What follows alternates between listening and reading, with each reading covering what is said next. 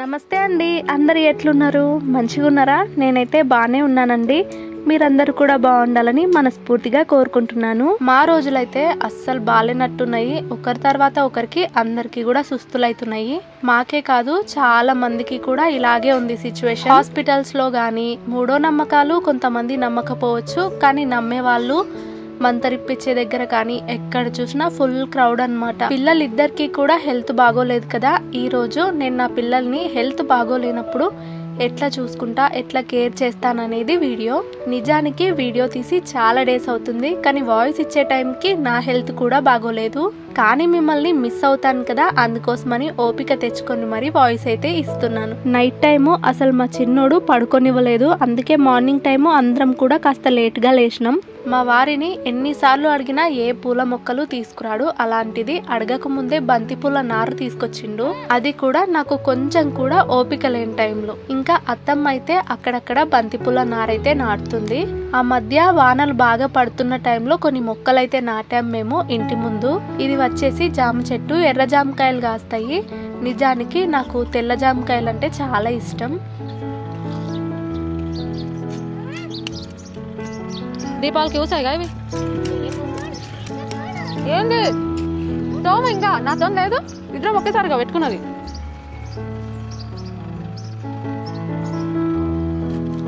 ఇక్కడ వచ్చేసి ఇంకొన్ని మొక్కలు అయితే నాటాను. ఇది వచ్చేసి కరివేపాకు.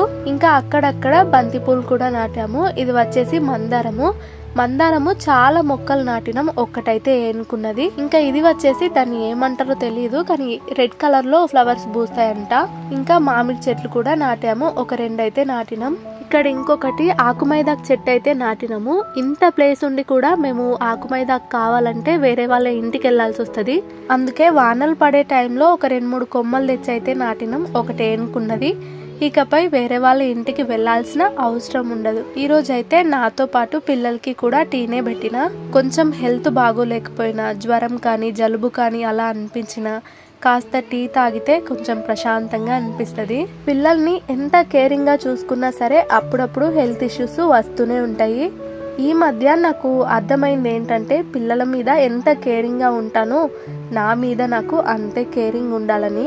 ఎందుకంటే మళ్ళీ మళ్ళీ నాకు కూడా హెల్త్ ప్రాబ్లమ్స్ అయితే వస్తున్నాయన్నమాట. అది నా వల్లే కదా. నా మీద గనుక నేను కేరింగ్ గా ఉంటే ఇలాంటి ప్రాబ్లమ్స్ రావేమో. మన సెల్ఫ్ కేర్ గురించి అలాగే కిడ్స్ కేర్ గురించి అయితే చెప్దాం అనుకుంటున్నాను. ఈ వీడియో మీకు ఎంతో మోటివేటింగ్ గా ఉంటుంది అనుకుంటున్నా. వీడియో మొత్తం చూసాక మీకు నచ్చితే గనుక తప్పకుండా ఒక లైక్ ఇచ్చి వెళ్ళండి. ఒక హౌస్ వైఫ్ గా, తల్లిగా మనం ఎప్పుడు పిల్లల కోసం, ఇంటి కోసం బిజీగా ఉంటాం. ఎప్పుడు ఏదో ఒక పని చేస్తూనే ఉంటాం. కానీ మనకు అవసరమైన టైంని, మన హెల్త్ కోసం మనం చాలా సార్లు మర్చిపోతాం. కొన్నిసార్లు కిడ్స్ ని కేర్ చేస్తూ మనల్ని మనం పట్టించుకోము, ఇంటిని క్లీన్ చేస్తూ మనల్ని మనం పట్టించుకోము.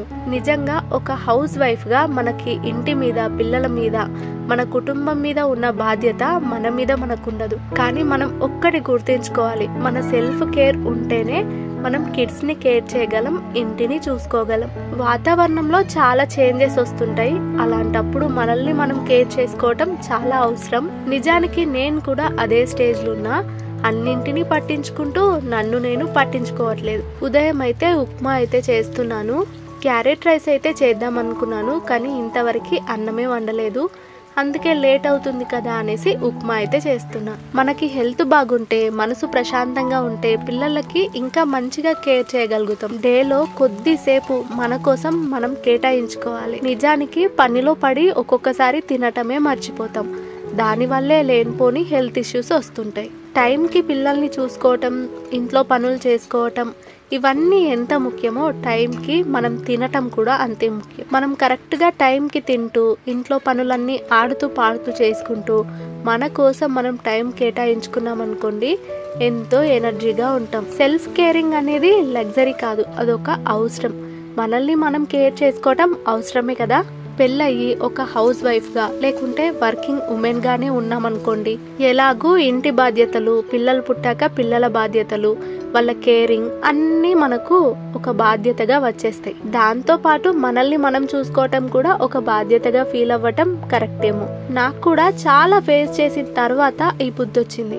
మీకు కూడా ఉపయోగపడుతుంది కదా అని షేర్ చేసుకుంటున్నా. చాలా మందికి ఉప్మా అంటే కొంచెం పొల్లుగా ఉంటే నచ్చుతుందేమో, కానీ నాకు మాత్రం మెత్తగా ఉంటేనే ఇష్టం. పిల్లలు కూడా అలాగే మంచిగా తింటారు. అందుకే వాటర్ పోసేటప్పుడు నేను కొలతలు ఏం చూసుకోను, ఎక్కువ వాటర్ వేసేస్తాను. ఎలాగో మెత్తగానే వండుకుంటాం కదా అని. వాయిస్ ఇస్తున్న టైంకి నోస్ అయితే వన్ సైడ్ బ్లాక్ అయిపోయింది, అందుకే ప్రాపర్గా మాట్లాడలేకపోతున్నా. ప్రెగ్నెన్సీ టైంలో ఫీవర్ వచ్చినా, జలుబైనా, తలనొప్పి లేచినా, ఏదైనా కానివ్వండి, ఏవి పడితే అవి టాబ్లెట్స్ అస్సలు వాడొద్దు. ఇంకా 3 monthsలో ఉన్నప్పుడైతే ఇంకా కేరింగ్గా ఉండాలి, అస్సలు వేసుకోవద్దు.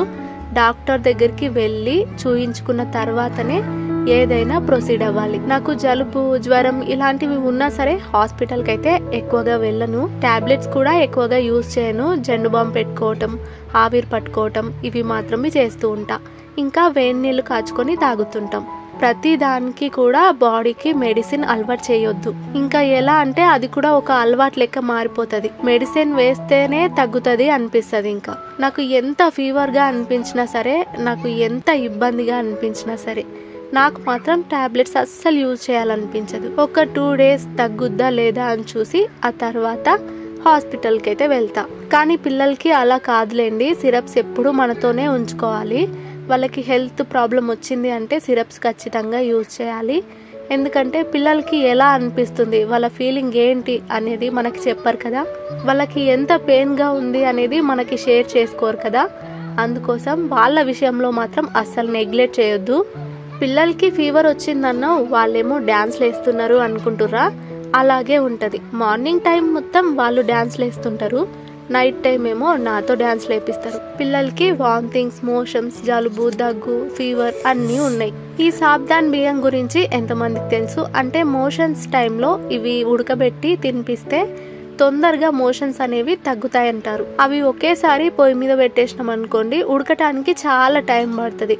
అందుకే కాసేపు వాటర్లో నానబెట్టేసుకొని ఒక 20-30 నిమిషాలు ఆగి ఆ తర్వాత వండుకున్నాం అనుకోండి, తొందరగా ఉడికిపోతుంది. చూసిరు కదా, ఇంతకు ముందైతే డ్యాన్స్ లేచిండు, అప్పుడే మీదకెక్కిండు. ఇట్లనే ఉంటుంది. ఇక 5 నిమిషాలు యాక్టివ్గా ఉంటే 5 నిమిషాలు సతాయిస్తుంటారు. ఉదయానికైతే ఉప్మా చేశాను కదా, ఇంకా మధ్యాహ్నంకైతే క్యారెట్ రైస్ చేస్తున్నా. నైట్కి అయితే వినాయకుని దగ్గర అన్నప్రసాదం ఉంటుంది. ఇంకా ఎలాగో అక్కడికి వెళ్తాం, ఇంకా అందుకే మళ్ళీ కర్రీ చేయటం ఎందుకబ్బా అని క్యారెట్ రైస్ చేస్తున్నా. మా ఫ్రిడ్జ్ సైడ్ చాలా ఎలుకలు తిరుగుతుంటాయి. ఏదో వైరు కొట్టినట్టుందన్నమాట, అసలు కూల్ అవ్వట్లేదన్నమాట. స్విచ్ వేయగానే మనకు ఫ్రిడ్జ్ కి ఒక సౌండ్ అనేది వస్తుంటది కదా, ఆ సౌండ్ కూడా రావట్లేదు. పిల్లల కేరింగ్ విషయానికి వస్తే జ్వరం ఉందా లేదా అని ఫస్ట్ మనం చెక్ చేసుకోవాలి. కొంతమంది అయితే ఇంట్లో టెంపరేచర్ పెట్టుకుంటారు, దాంతో అయితే జ్వరం ఉందా లేదా అని చూసుకొని ఇంకా సిరప్స్ వేయాలా లేదా అని చూస్తారు.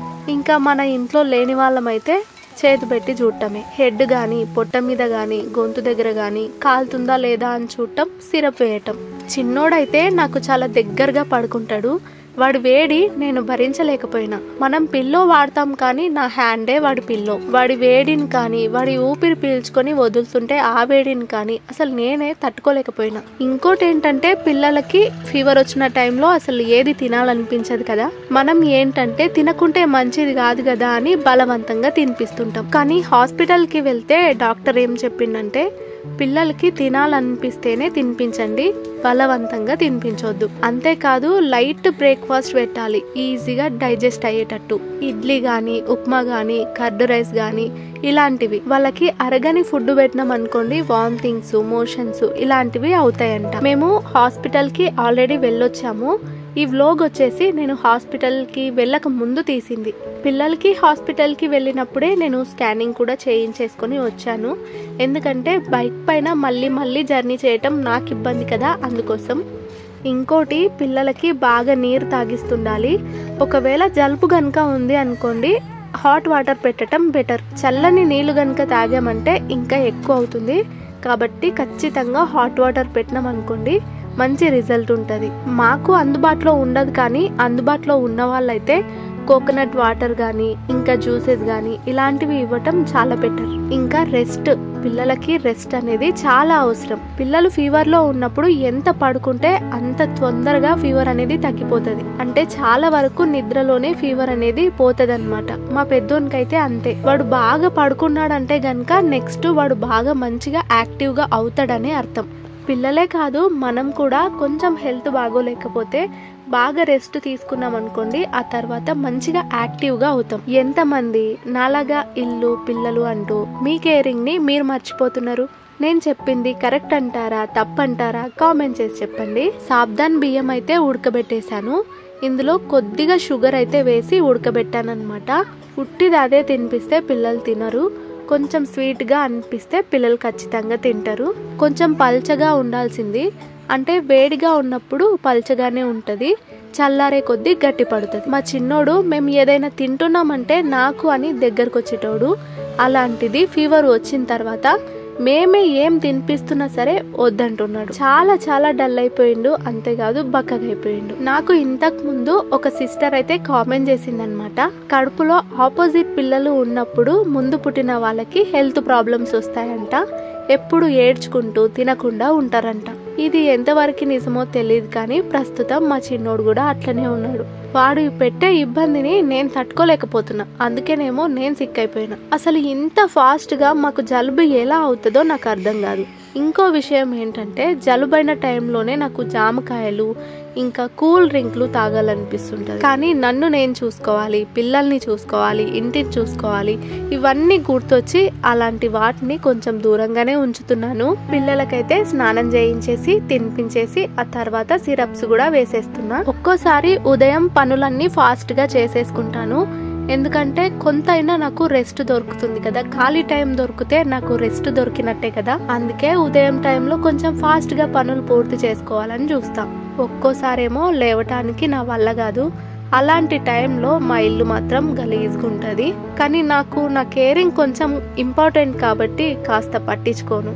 ఇంకా ఈ టైంలో మాత్రం చాలా కష్టంగా ఉంటుంది. ప్రస్తుతానికైతే పనులన్నీ కూడా అయిపోయినాయి, గిన్నెలు తోమటం అన్ని కూడా. ఇది వచ్చేసి వాషింగ్ మిషన్ ది బాక్స్ అన్నమాట. మనకు అంత ఈజీగా ఏది పడేయాలి అనిపించదు, అందుకే దీంతో ఏదైనా క్రాఫ్ట్ చేసుకోవచ్చు కదా అని అలాగే ఉంచాను. అందులో ఇంకా థర్మాకోల్ కూడా వచ్చింది కదా, వాటితో కూడా క్రాఫ్ట్ చేద్దామని దాపెట్టిన పిల్లలు చూడకుండా. ఆ పని కాస్త తొందరగా పెట్టుకుంటే బాగుండేది, ఎందుకంటే ఇంటి బయట మొత్తం సందడిగా అనిపిస్తుంది. ఇప్పుడే కాదు, మ్యారేజ్ కి ముందు కూడా అంతే. నాకు ఏవైనా ఐటమ్స్ నచ్చితే దాచుకునేదాన్ని. మా అమ్మ గాని మా అక్క గాని పాత ఇనుప సామాన్లు కాయిదాలు ఏరుకునే దాని లెక్క అన్ని దాచుకుంటాం అంటుండే. ఇంకా సాయంత్రం అయితే వినాయకుని దగ్గరికి వెళ్దామని రెడీ అయ్యాను.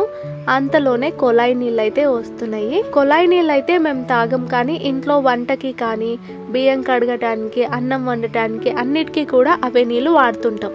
బిందెలలో బకెట్లలో అన్ని కూడా నింపి పెట్టుకుంటున్నాను. పిల్లలకి హెల్త్ బాగోలేదు అంటే అమ్మకి చాలా కష్టమైపోతుంది.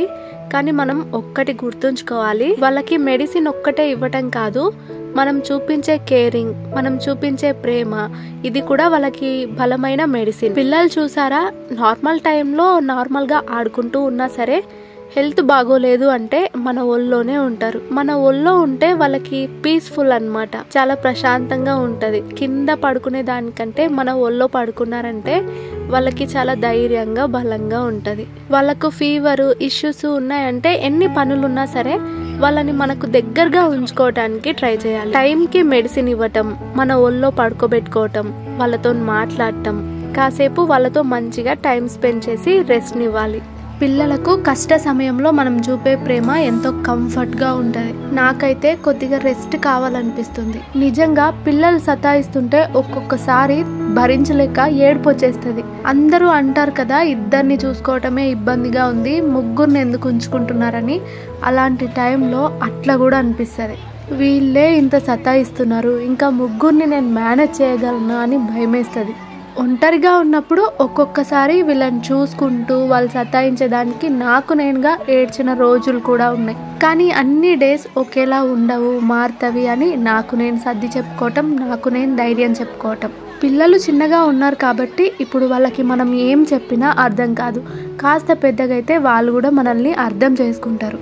కష్ట సుఖాల్లో మన హెల్త్ బాగాలేనప్పుడు అన్నింట్లో పిల్లలు కూడా తోడుంటారు. నిజానికి అబ్బాయిల కన్నా అమ్మాయి ఉన్న వాళ్ళకి ఎక్కువ తోడు దొరుకుతుంది. ఇక మొత్తానికి ఇంటి దగ్గర పనులన్నీ చేసేసుకొని వినాయకుని మండపం దగ్గరికి వచ్చేసాను.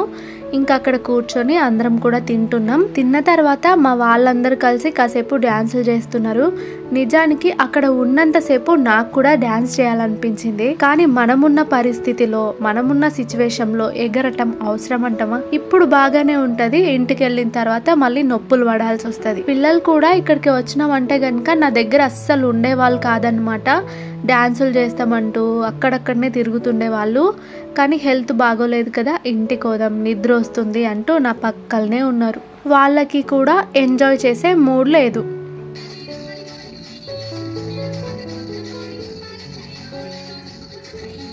కాసేపు అయితే అక్కడే ఉండి ఇంకా ఇంటికి వచ్చేసాము. ఇది నెక్స్ట్ డే నిమజ్జనం రోజు. ముందు రోజు అన్నదానం ఉంది కాబట్టి ఇంకా మా ఆయనకి వీలు కాక హాస్పిటల్కి వెళ్ళలేదు. ఇంకా నెక్స్ట్ డే నిమజ్జనం ఉండటం వల్ల ఆ రోజు కూడా హాస్పిటల్కి అయితే వెళ్ళలేదు. మా ఓన్కి బాగా సుస్తైనా సరే అట్లనే నీళ్ళల్లో ఆట ఆడుతుండీడ. మా దగ్గర అయితే కృష్ణాష్టమికి ఉట్టి కొట్టారు. నిమజ్జనం ఉంటుంది కదా వినాయకుంది, ఆ రోజే ఉట్టి కూడా కొడతారు. మా పెద్దోడు ఇక్కడికి వచ్చిన విషయమే నాకు తెలియదు. ఇక్కడికి వచ్చేంత వరకు అంతేకాదు నీళ్ళల్లో ఆడుతుండు. బాగా జలుబైంది, అందులోనూ నీళ్ళల్లో ఆడుతుండు. ఇంకేమన్నుందా నెక్స్ట్ డే ఇంకా హాస్పిటల్కి వెళ్ళక తప్పలేదు.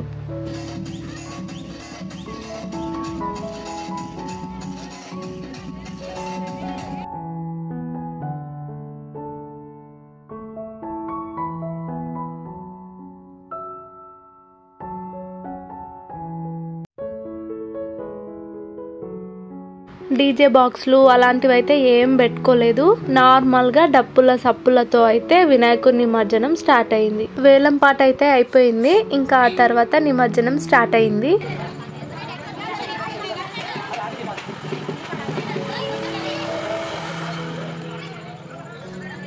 ఇంకా ఇదన్నమాట ఈరోజటి వీడియో. పిల్లలకి ఫీవర్ వస్తే కనుక ఇంకా నేను ఇలాగే చూసుకుంటాను. అందులో నాకు ఫీవర్ వస్తే కనుక ఇంకా నా బాధ ఎవరికి చెప్పుకోలేను అనుకోండి. దేవుడు ఆడవాళ్ళకి ఇచ్చిన గొప్ప వరం ఓపిక. ఇంకా ఆ ఓపికతోనే అన్ని పనులన్నీ చేసుకోవాలి. వీడియో కనుక నచ్చితే తప్పకుండా లైక్ చేయండి. వీడియో ఎలా అనిపించిందో కామెంట్ చేయటం మాత్రం మర్చిపోకండి. ఏమైనా తప్పులు మాట్లాడితే క్షమించేసేయండి. మరొక మంచి వీడియోతో అయితే మళ్ళీ కలుస్తాను. ధన్యవాదాలు.